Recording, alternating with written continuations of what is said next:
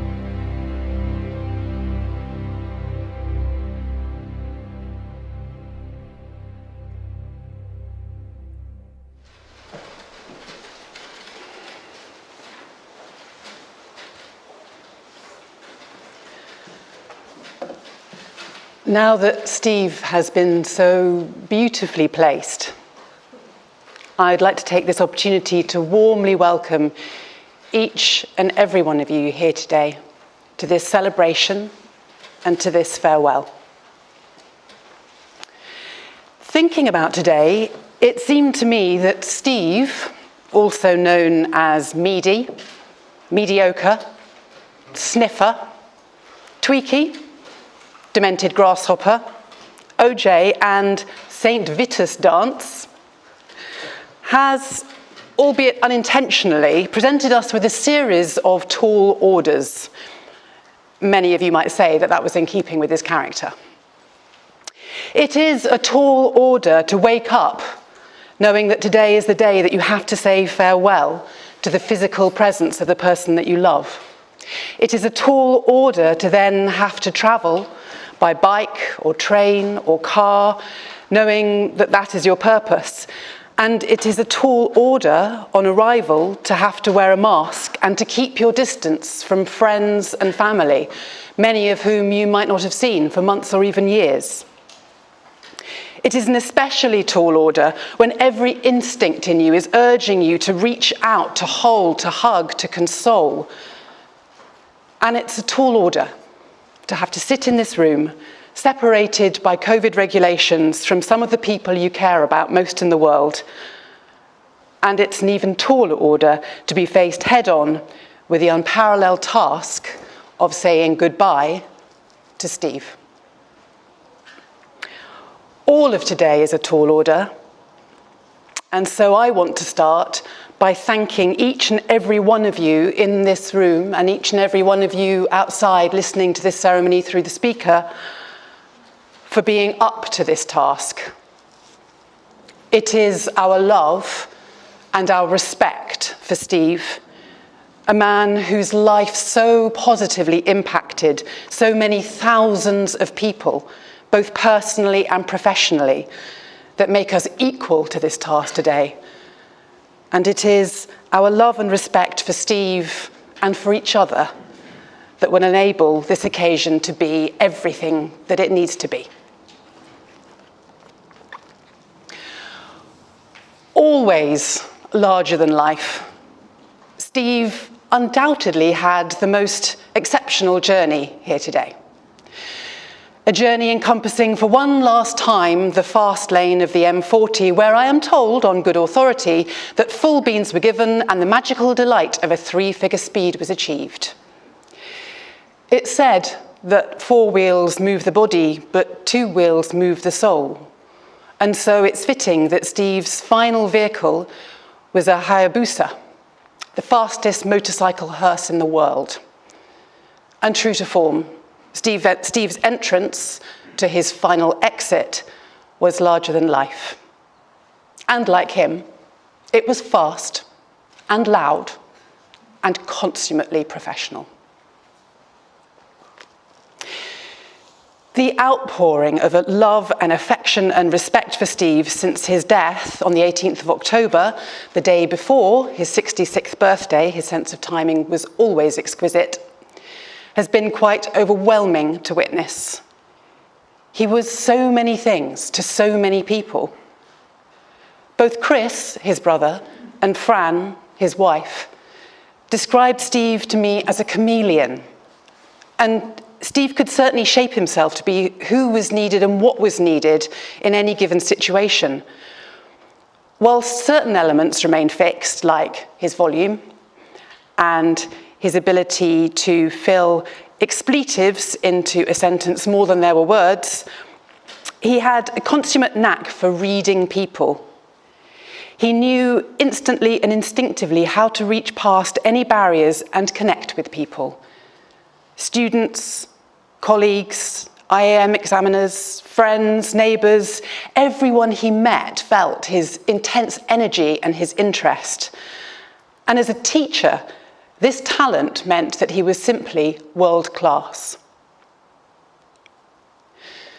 For those of you who don't know me, my name is Isabel Russo, and I'm a director of the Good Funeral Guide and also a celebrant with Humanists UK. And it is my real honour to be leading this ceremony for Steve today.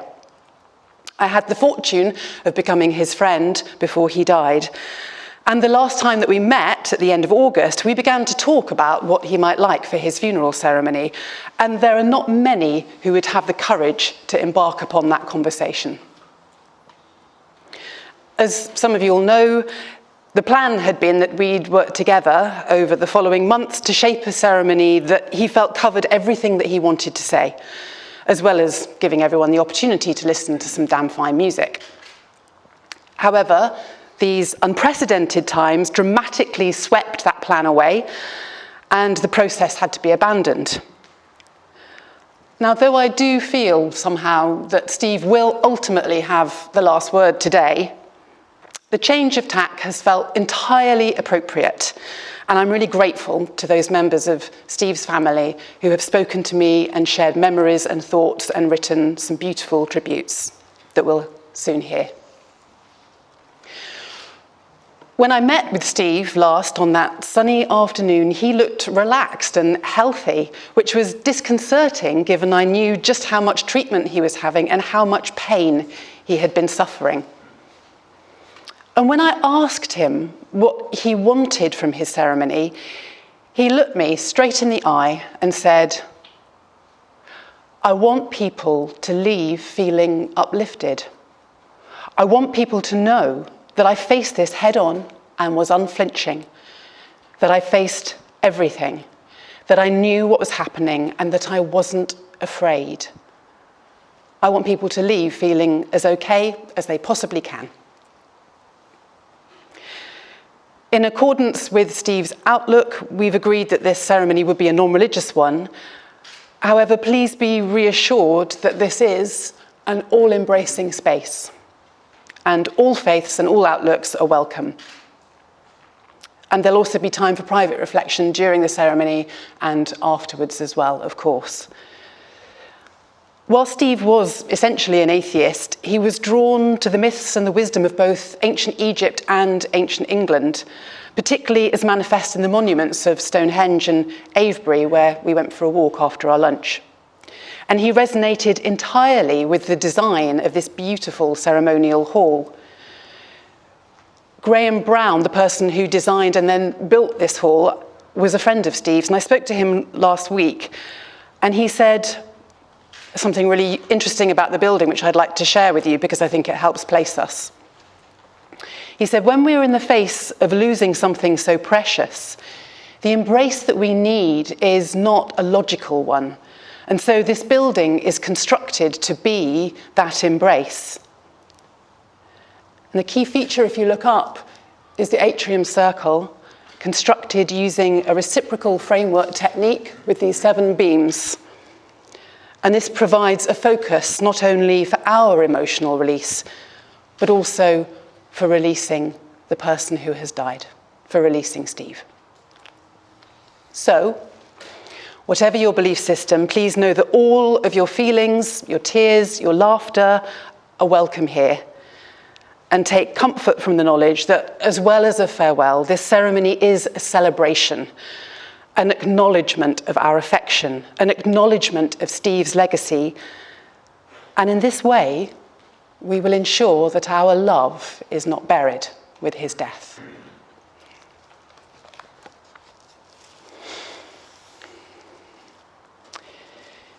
It is impossible to put lightning in a bottle. But as we come now to our tribute to Steve, I'd like to say again a big thank you to Fran and to Chris and to Elaine and Jessica and Jason, Andy and Warren for sharing thoughts and memories with me that help us to go some way to capturing the essence of the man that we are paying tribute to today. So to begin at the beginning, I won't start singing Sound of Music, don't worry. Steve was born to parents Barbara Allen and Ronald Clifford Mead, who met in Uganda 2 years before his birth. Now, Fran described to me how Steve was very much a child of Africa. Its smells and its sounds, its flavours and rhythms, the different languages and the beautiful scenery all informed his early years and stayed with him throughout his life. So much so that his first choice of music that you heard as you came in was John Barry's Out of Africa. And you'll have seen the Ugandan flag flying outside. Steve's brother, Chris, illuminates something of these early years for us in his tribute to Steve, which it's my honour to now read on his behalf. My brother, Stephen Clifford Mead, the chameleon, was born on 19th of October, 1954 in South Shields, as our parents thought that the UK health system was superior to the local service in Uganda. He was thrilled when I was born in a local hospital in Jinja, Uganda, a few years later, and insisted that on my birth I was moved into his room as soon as possible. And after a few days, he requested that I was moved back out of my room, as apparently a 3-month-old little brother does not do a lot and just sleeps all the time. His prize for this selfish act was to be sent to Barden Mill boarding school near Hadrian's Wall in 1961, when I was 2. He burnt his school coat as he climbed into the boiler room to try and get warm one winter at that school. We played in the summer and the Christmas holidays in the garden in Uganda with chameleons and soldier ants, creating spears to defend ourselves. Most games became a hybrid of cowboy films and the film Zulu, Also a lot of use of the expression force field and quicksand, which seem to have saved the day. In 1964, we returned to the UK as our father, who was a special branch officer, became concerned as he was being asked by politicians to investigate and arrest people for absurd reasons.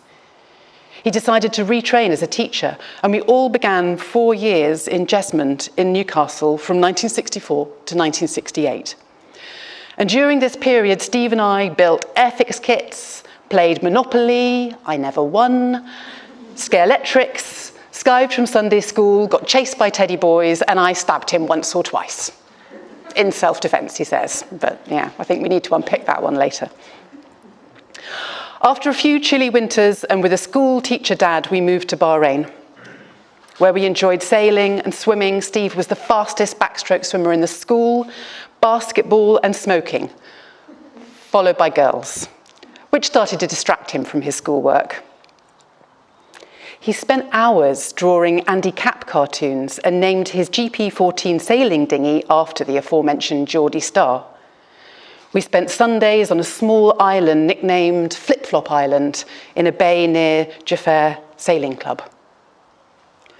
After 2 years in Bahrain, the Americans decided we should not have a colonial-type presence in the Middle East, and we left this beautiful island strategically placed to provide a little protection to a fragile area. That all worked out nicely for the Americans and the local population. Steve then joined the police cadets, and we moved to Germany, as they were quite happy to have a colonial-type presence and thought they could spend all their income on building a strong economy while we paid for their defence. That also worked out nicely. Steve bought a red MGB and spent time in Brentford section house with his parrot and was posted to Acton Nick. He sent cassette tapes to us in Germany and had a more beautiful speaking voice than Princess Diana. It now feels as if someone has made a neat incision and removed 25% of my brain. He always called me and said, "Hello, dear brother," and I cannot believe that I will not hear that voice again. In summary, my brother never hurt me. He always supported me. He was always there for me. He gave me space to fall, and then he helped me up. He was the perfect big brother. Fran shared with me that the experience of boarding a school had been a tough one for Steve. As a young boy, he missed his family terribly, and he longed to be with them. Whilst his resilience and his charisma helped him make a success of school, it wasn't until 1973, when, following his police training, he was sent to Acton Police Station, that he truly found his tribe. This was Steve's initiation into the police family, a massive family which he was happy to become completely absorbed by, where he was to become known by literally thousands of people, hundreds of whom became friends, and many of those friends for life. And this time was also significant in that it was Steve's first initiation into the system, an advanced driving technique that you'll find at the back of your order of service, that as a young man, Steve had absolutely no interest in until someone told him that if he wanted to drive a basic police car, then he'd have to learn it properly. So Steve took the 6-week advanced driver course, and he absolutely loved it. He described the experience to me as flying around every road at 120 miles an hour in various powerful cars, restricted only by it being 1980. It was totally fantastic, he said. And the Rover P6 V8 was a particular favourite at that time. Steve clearly had a natural driving talent and was on track for a Class 1 pass for the advanced driving course. However, the night before his exam, he encountered an extremely attractive barmaid who was to become his wife of 28 years. And so the story goes, according to Steve, that it was his encounter with Elaine that night that demoted his performance to a Class 2 the following day. Elaine has written a tribute to Steve, which she's asked me to read on her behalf. Steve, a handsome young man in his police uniform, and me, a part-time barmaid on my way to work in my tight jeans, caught each other's eyes some 40 years ago. A year later, we married, and we were the perfect pair, what with me being hard of hearing and Steve being so loud. We had a lot of fun together, as well as with friends, including Steve's driving school friends, neighbours, and friends from our pasts. But still, we found time to support each other work-wise. Steve was an amazing public speaker and used to help me with many evenings spent around the kitchen table, play-acting my sales presentations of Steve's training sessions. We both had great work ethics, were hard-working and passionate about our careers. And this is something we're proud to say that both Jason and Jessica have taken from us. Our home was always open to our family, our friends, and to Jason and Jessica's friends. We were both sociable and enjoyed a good party or dinner.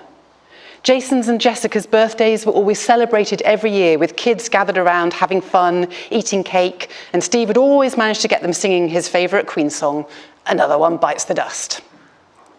Steve had a way of communicating on all levels, and the kids loved him. Life with Steve wasn't always easy, as he was terrible with money. Often so persistent, he'd pressurised me until I agreed to let him do what he wanted, including on one occasion when he kept on until I agreed to let him take out a home improvement loan. At this point, I need to highlight that, as most of you know, Steve was a huge car enthusiast and loved to tinker, a saying from his dear friend Steve Hyde, with their engines. Having got the home improvements loan, I arrived home one evening to find a poem on the table, telling me that I had a gift. The gift had the same birthday as mine, although it was 10 years younger than me. And this, along with various other clues, led me to a classic Mercedes 230 SL Pagoda, which was parked up the road and was a gift for me. How smart was that? You want a classic car, so buy one for your wife. Suffice to say, nothing got improved on the home, but it was the perfect gift. We rallied this beautiful car perfectly together, Steve, the driver, and me, the navigator, with a competitive nature. We certainly went through the full menu. Young love, lean times, good times, why did I ever marry you times, and finally, an amicable friendship. The one thing we shared throughout our marriage and separation was the love and pride for our children, Jason and Jessica. As toddlers, they were cute little characters, both so full of life. Overly chatty little Jason would speak to everyone, and pretty little Jessica, who for some time had her own special language, surprisingly only ever understood by Jason. Jessica said she'd like an ice cream.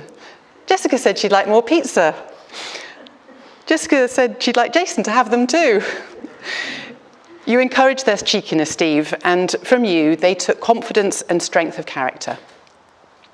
As the children grew, we became proud of their achievements and their courage as young adults. There are so many memories we will continue to share, and we thank you for them. And signing off, Elaine quotes from Winnie the Pooh, saying, "How lucky am I to have something that makes saying goodbye so hard." Thank you, Elaine. Having passed his advanced driver's course and got over the novelty of driving standard police cars, Steve coasted for a couple of years at Acton Police Station. The Met tagline at the time, "Dull it isn't, join the Metropolitan Police," was a standing joke at the station, as there was always more than enough police officers to deal with whatever occurred, and Steve found it frankly dull.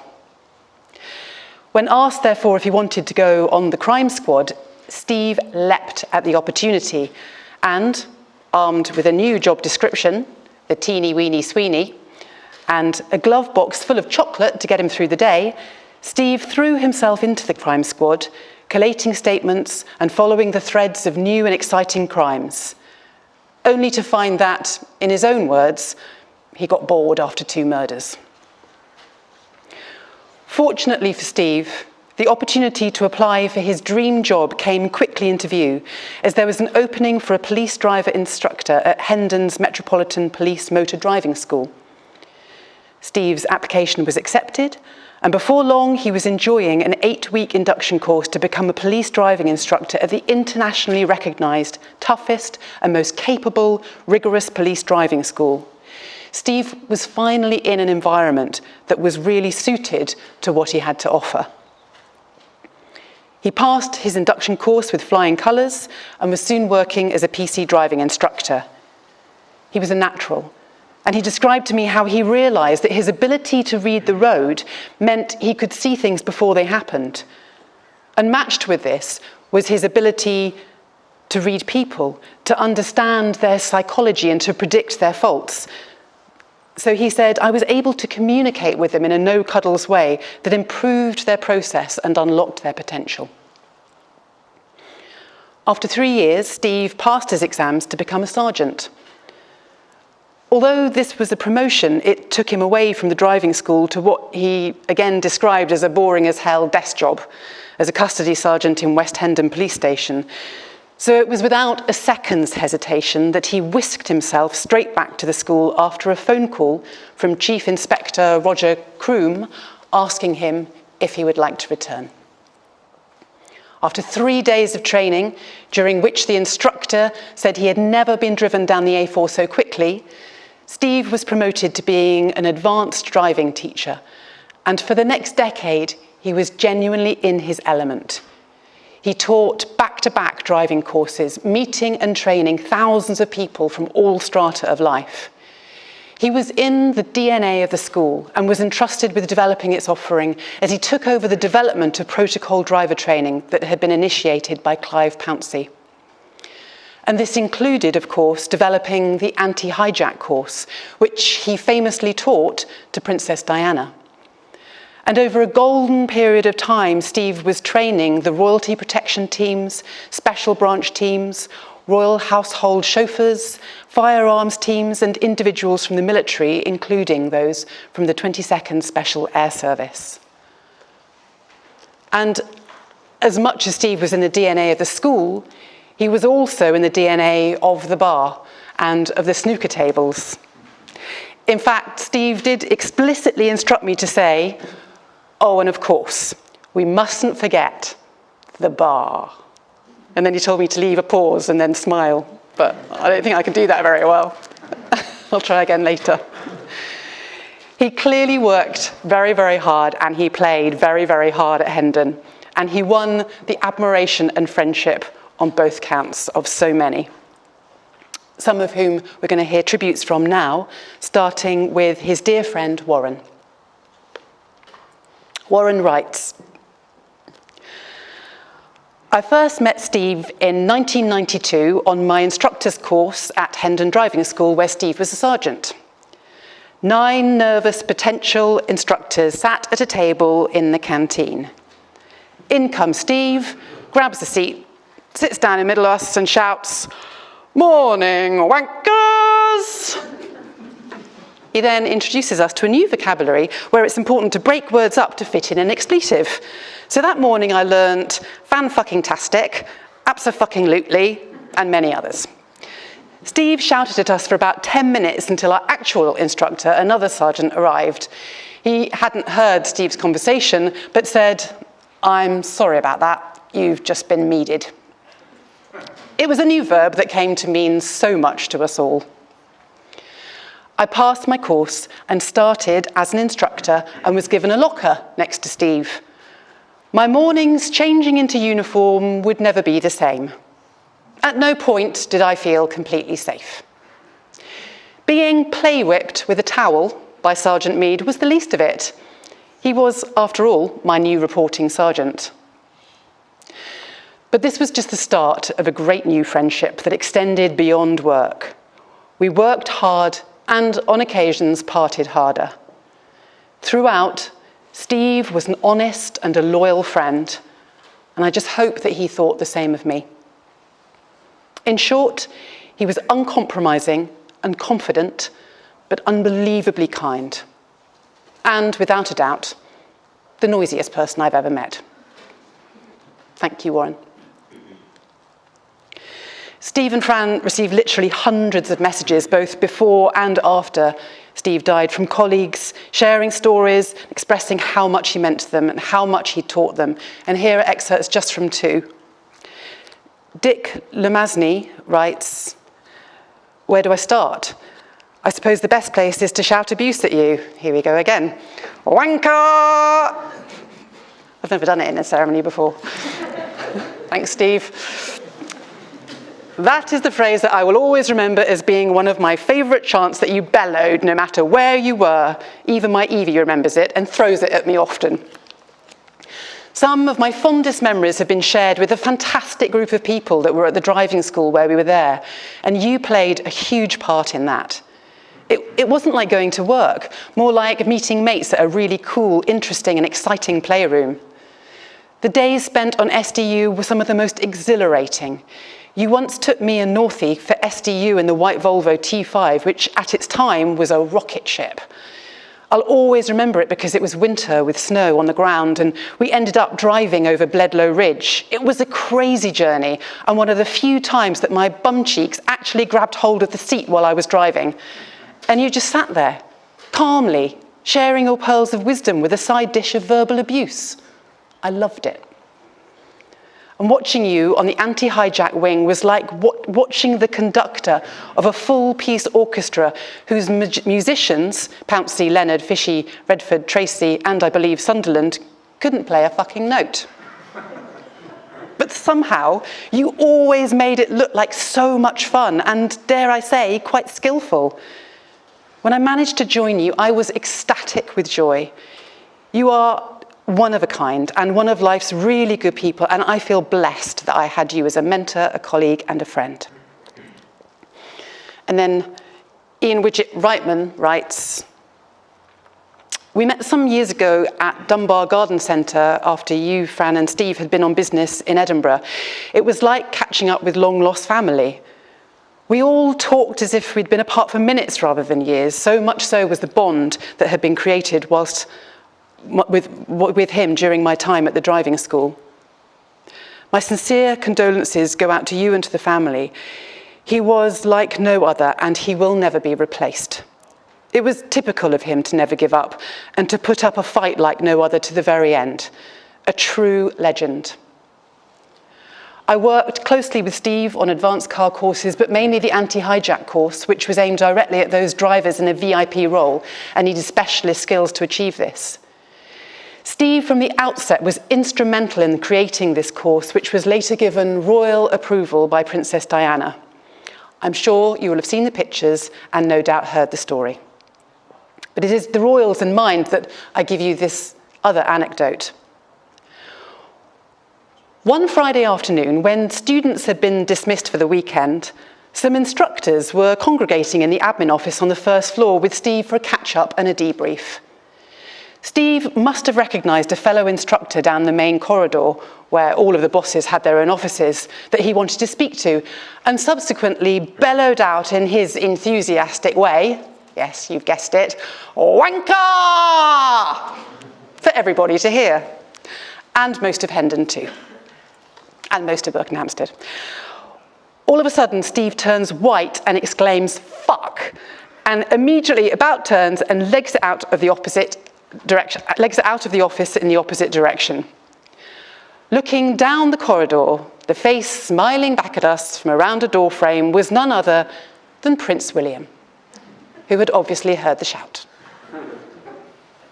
It turns out he was on a low-key, unannounced visit to the school and was about to have a drive on the skid pan. Needless to say, Steve could not be found that day, but typically it was all laughed off with a minimal fuss. And that was the mark of a man, and only he could get away with calling our future king a wanker. One man with a remarkable natural ability to put any vehicle at his command and make it do what only others could look at in awe. An absolute gent and well-loved in the Met Police far and wide, may he rest in peace and dominate the crown of the road once more. I will now hear a tribute, again, which I'm honoured to read on his behalf from Andy, Steve's dearest friend and one of his greatest supporters for the duration of his illness. Andy was a pioneer alongside Steve on the hijack training, and he also tells me that he's still waiting for the 150 quid in petrol money that Steve owes him for the countless free lifts he gave him when Elaine had the car. Andy says,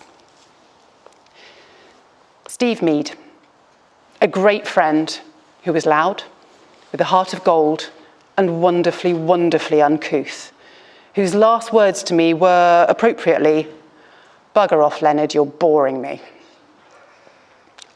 I have not heard a single person say a bad word about Steve in all of the 35 years I knew him, apart from my wife, who was subjected to a mead bear hug every time they met.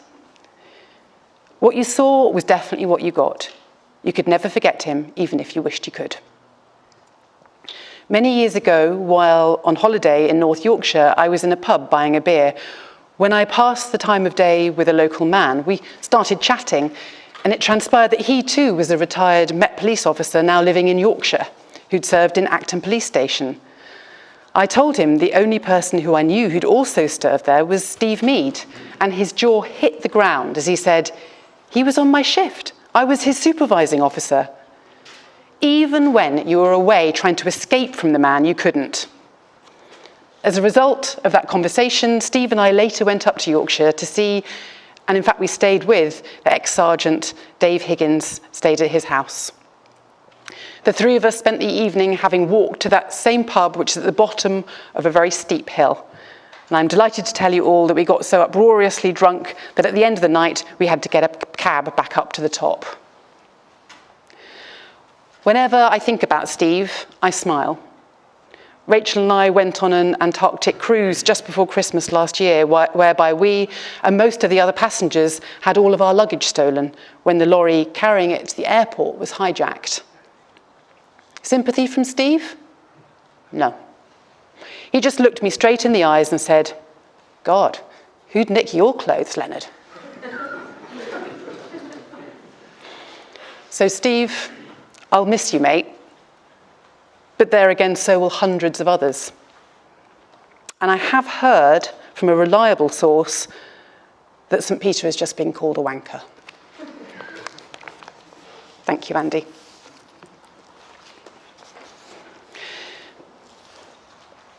So when I met with Steve on that last sunny August afternoon, it was clear that of all of the many achievements in his life, the greatest that he counted were his two children, Jason and Jessica. He told me that they were crucial to him, that they shaped him, that they anchored him. He spoke of the good times and the less good times, and he spoke of their individual journeys to adulthood. And most of all, he spoke of the enormous pride and the love and the respect that he had for both of them. Although Steve's time was cut short, the courageous and frank way in which he dealt with his illness and his uncanny knack for good timing meant that he was able to have the time with both of his children that he needed to have before he died.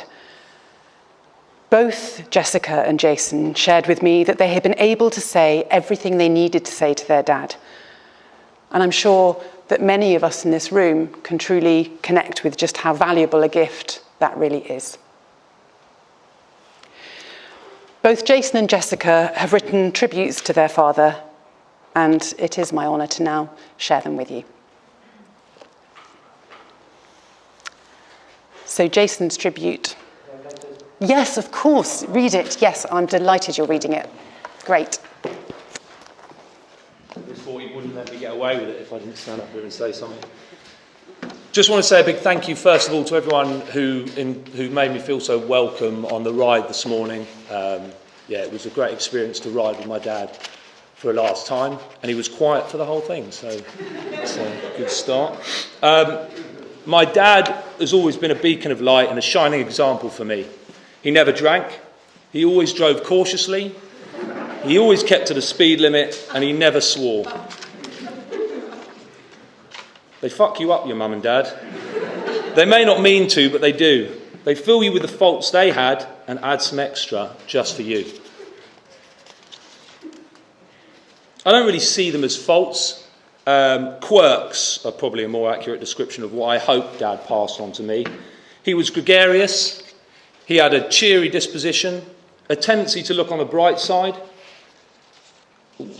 an openness and a warmth which he extended to all, a commitment to helping and supporting people, a love of teaching, a partial inability to plan too far ahead, but an inclusive attitude which drew people to him. I hope that the majority of these quirks have been passed on to me. Maybe I stole some organisational skills from my mum, although saying that, he's done a pretty good job today, so perhaps he's nailed it. Growing up, my parents gave me the best childhood I could have hoped for, and their actions set me up to be the person I am today. They acted as a springboard for me to launch my life from, and I'm eternally grateful. Dad was great in a crisis and proved this on numerous occasions. He was also great at creating a crisis. And come to think of it, I can't recall whether he ever solved a crisis he didn't first create. But who doesn't love a planned epic? For example, he did decide on one occasion that it was a great idea to venture to a secluded beach with a day's worth of food and equipment to have it cut off when the tide came in, which meant he had to carry us all through waist-high water between rocky outcrops. Then there was the time that he directed us into a storm without reefing a sail, which meant together, me and Dad had to battle to reef the sail mid-gale, which had the boat tipped over at 50 degrees. Meanwhile, Mum and Jess were hidden below deck with life jackets on, preparing for death. These experiences will never be forgotten, and I loved them. In his final lesson, he taught me how to deal with death. The last months have not been easy, and seeing my dad in pain and not being able to help him has been very difficult for everyone involved. But it drove me to find meaning in it.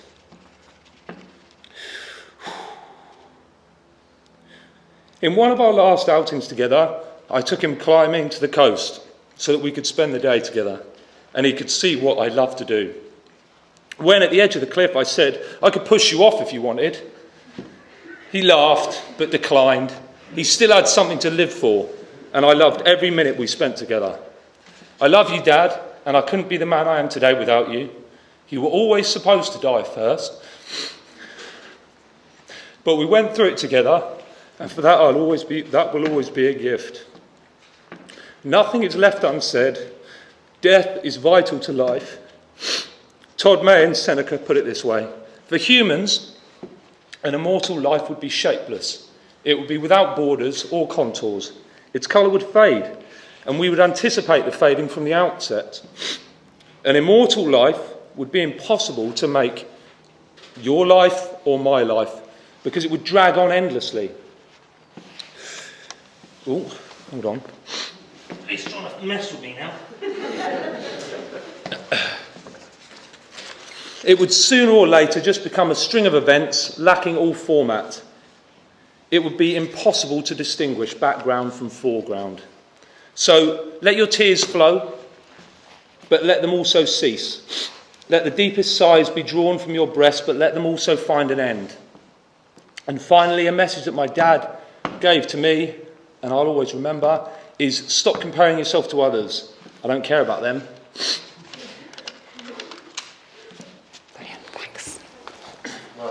Yeah, I think a round of applause is what you want. Thank you, Jason. After seeing her dad in hospital, Jessica wrote him a letter, which she beautifully shares with him in a tribute with us in her tribute to him today. A letter to Dad. After visiting you today, I was thinking about other stories of you that make me smile. One in particular sprang to mind. I knew I would have been alive, or maybe it was just Jason, but it's the story of the time that the Jehovah's Witnesses came to visit. I may not do it justice, but this is what I remember you telling me. There was a ring at the doorbell at 4 Westwood Close. You answered, and stood in front of you were 2 Jehovah's Witnesses. To all of our surprise, you invited them in. After them sharing their message for some time, you decided to share yours. You said something along the lines of, "But aren't we all gods, in a sense?" I can only imagine the look of confusion on their faces. I honestly wish that I'd been sat with you there so I could have seen it too. But I suppose we are. I mean, I gave my children life, and let's be honest, I can take it away whenever I choose. I believe they left pretty quickly after that. I love this story, and I've told it again and again to many friends in my life. I will continue to tell this story, as in my eyes, it's true.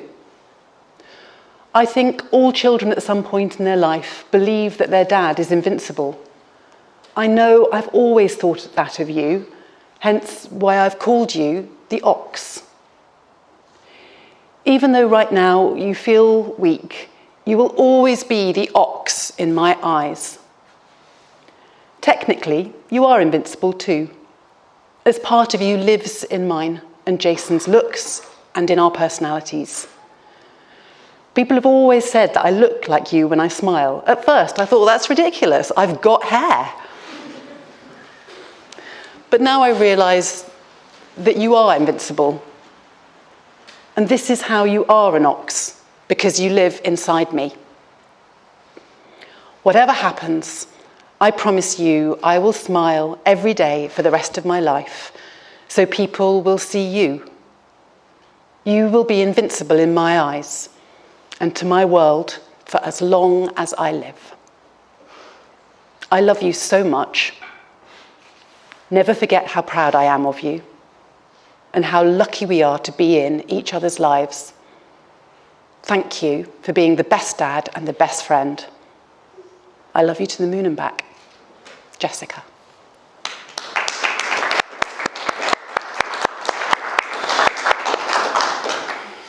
Thank you, Jessica.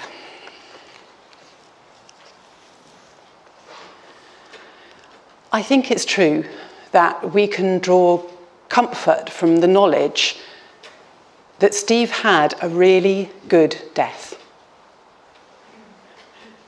Whilst you could say that it was a tragedy that he contracted COVID and a cruel twist of fate that his time was cut even shorter than that time allotted to him, closer to the truth perhaps is the belief that we have to trust in his innate sense of timing. The pain he'd been experiencing was increasing rapidly. Courageous in the face of his illness, he was starting to describe it as 15 out of 10. 3 weeks earlier, he'd finally married his beloved Fran. And it was a day that he knew would be the last of his happiest of days. He'd been able to see Jessica the day she returned from Australia and to have meaningful conversations where they were needed. He died pain-free, surrounded by outstanding care in a hospital that somehow managed to break all of the rules to allow his family to see him and allow Fran to be with him for the duration of his last 36 hours. So when Steve's time came, it was peaceful, pain-free, a slipping away with all of the love that he could possibly need in the world right next to him. So at the end of the day, I think we can call Steve a lucky man with a full life lived who died a good death. So the last words of our tribute to Steve come from Fran. And as anyone who laid eyes on them for a second could clearly see, Steve and Fran were inseparable. They are inseparable. Their lives were tightly woven together with passion, with respect, with admiration, playfulness, resilience, and the ability to truly see and to truly love each other. And Fran's family knew Steve well, and in particular, he was a source of enduring love, comfort, and inspiration for Fran's daughter Grace and her grandchildren, Leo, Albert, and Amelia, and also for her nephew Jack. So these are Fran's words for Steve. When we met, it was like two worlds collided and fused into one. He had the gravitational pull of a black hole, and there was nothing either of us could do about it, despite all of the chaos and the upset it caused to others.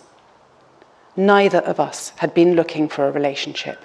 Neither of us saw it coming, but when it happened, that was it. I have never met anyone like him. He was such a huge presence. Everywhere he went, he was magnetic. He drew people to him quite literally. People were always walking into him, prompting him to say, "Have I gone invisible again?" regularly when we were out. I remember a friend meeting him soon after we met and being taken aback by his big, loud personality.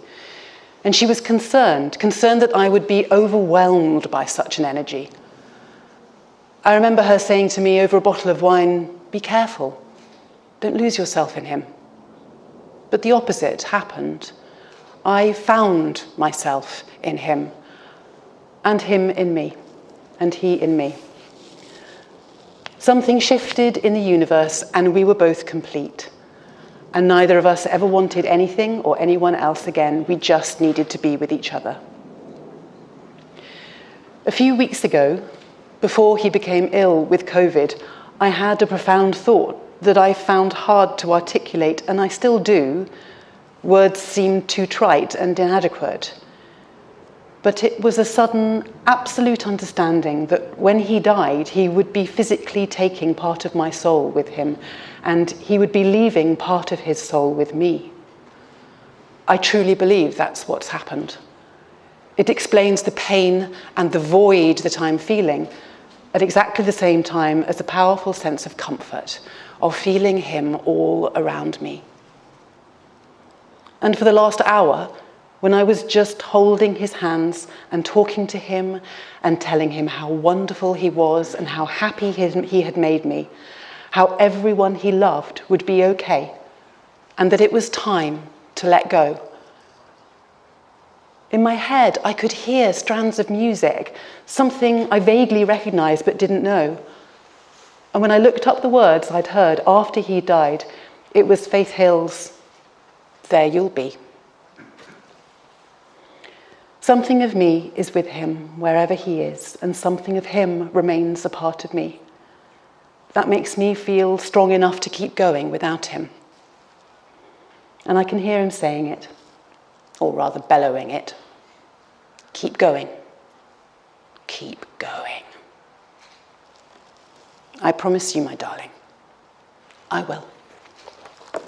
I think that so beautifully encapsulates how we feel when we lose what we love, and that sense of interconnectedness as you release the specific into the universal, which is part of the design of this building, of that release into the world, whatever your belief system.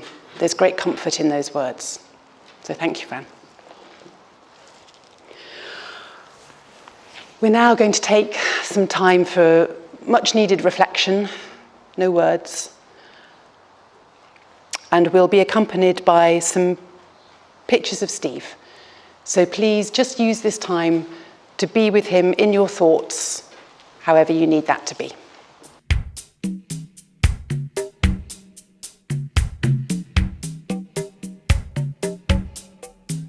Sometimes I get to feeling I was back in the old days, long ago,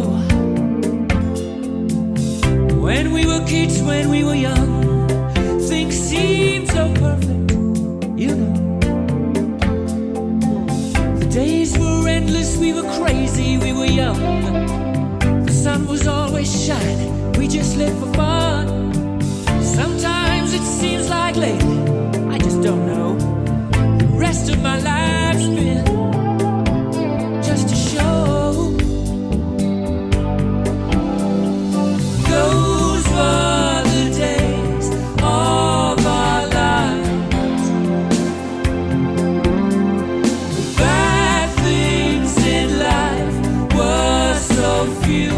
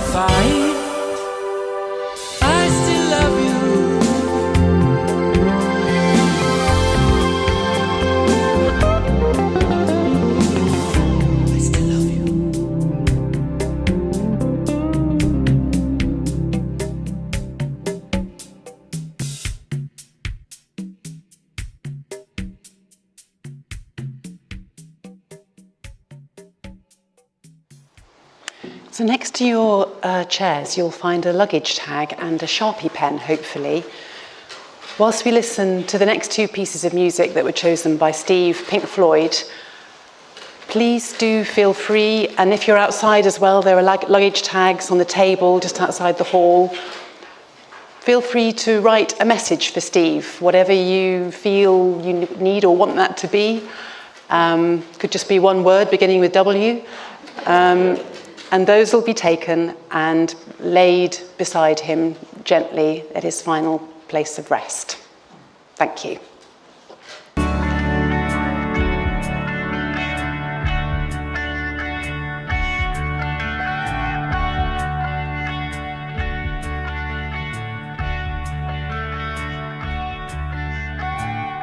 The lunatic is on the grass. The lunatic is on the grass, remembering games and daisy chains and laughs. Got to keep the loonies on the path. The lunatic is in the hall. The lunatics are in my hall. The paper holds their folded faces to the floor, and every day the paper boy brings more.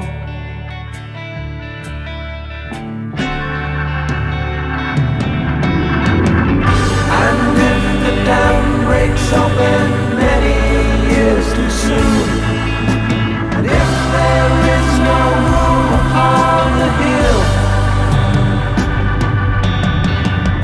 and if your head explodes with dark forebodings too, I'll see you on the dark side of the moon.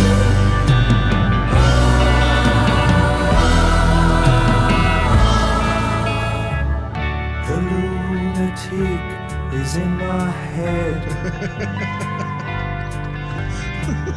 The lunatic is in my head. You raise the blade, you make the change, you rearrange me till I'm sane. You lock the door and throw away the key. There's someone in my head, but it's not me.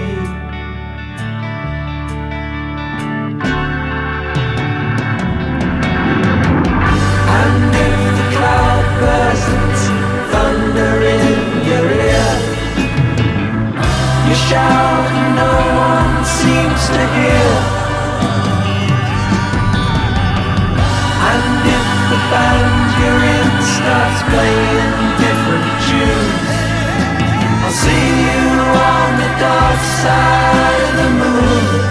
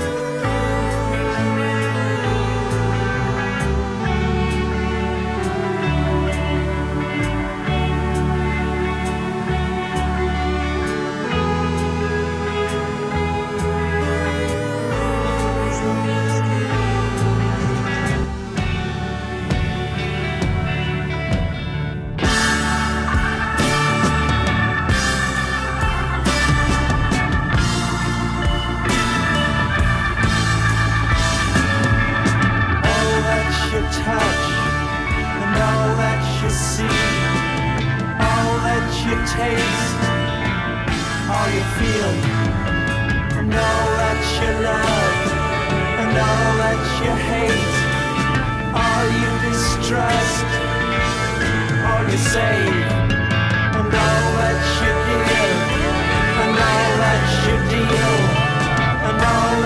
by, beg, borrow, or steal. And all you create, and all you destroy, and all that you do, and all that you say, and all that you eat, and everyone you meet, and all that you slight, and everyone you fight, and all that is now, and all that is gone, and all that's to come, and everything under the sun is in June, but the sun is eclipsed by the moon.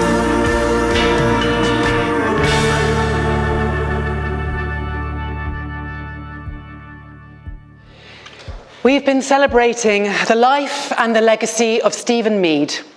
And in a moment, we will leave this beautiful hall to accompany Steve on the last stage of his journey. Steve's coffin will go ahead on the motorcycle hearse, and everyone is invited to follow on foot. Do remember to maintain social distance where you need to. Once at the graveside, you'll be invited to place your messages alongside Steve. Fran's grandson, Albert, has also made sure that the teddy that used to comfort Steve at boarding school will also be placed beside him.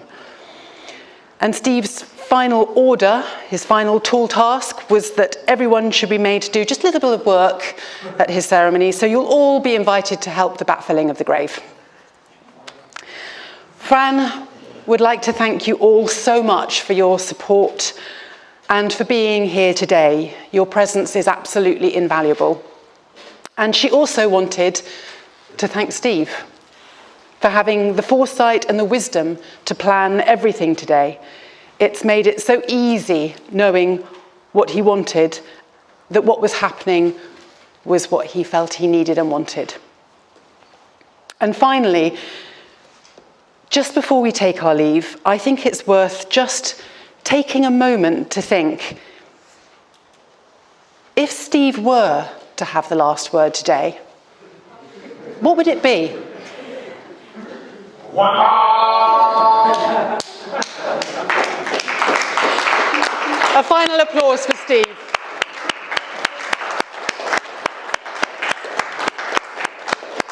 Thank you, everybody. Thank you so much.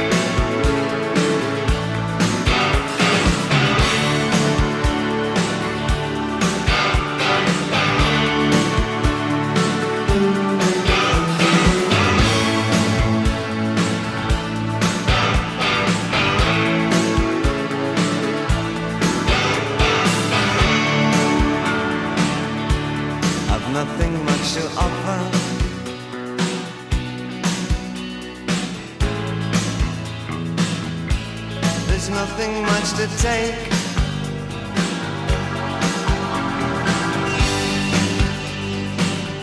I'm an absolute beginner.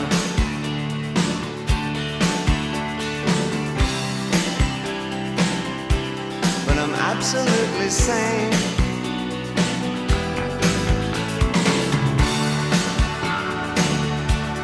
As long as we're together,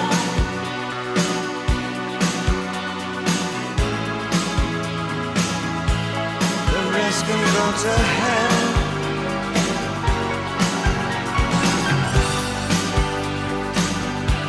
I absolutely love you.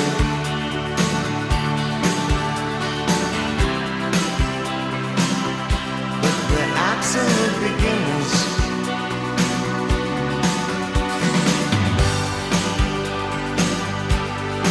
Eyes completely open,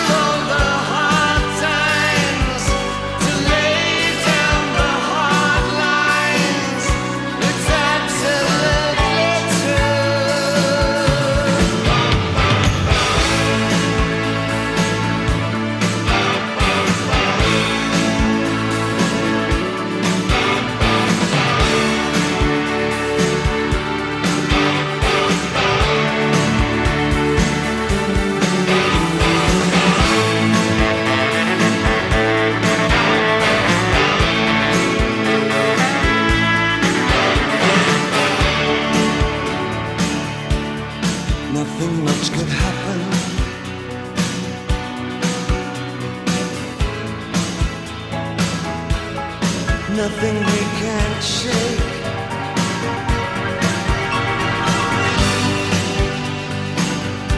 Oh, we're absolute beginners.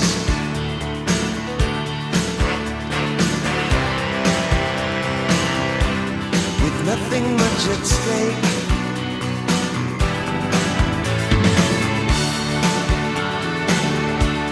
As long as you're still smiling,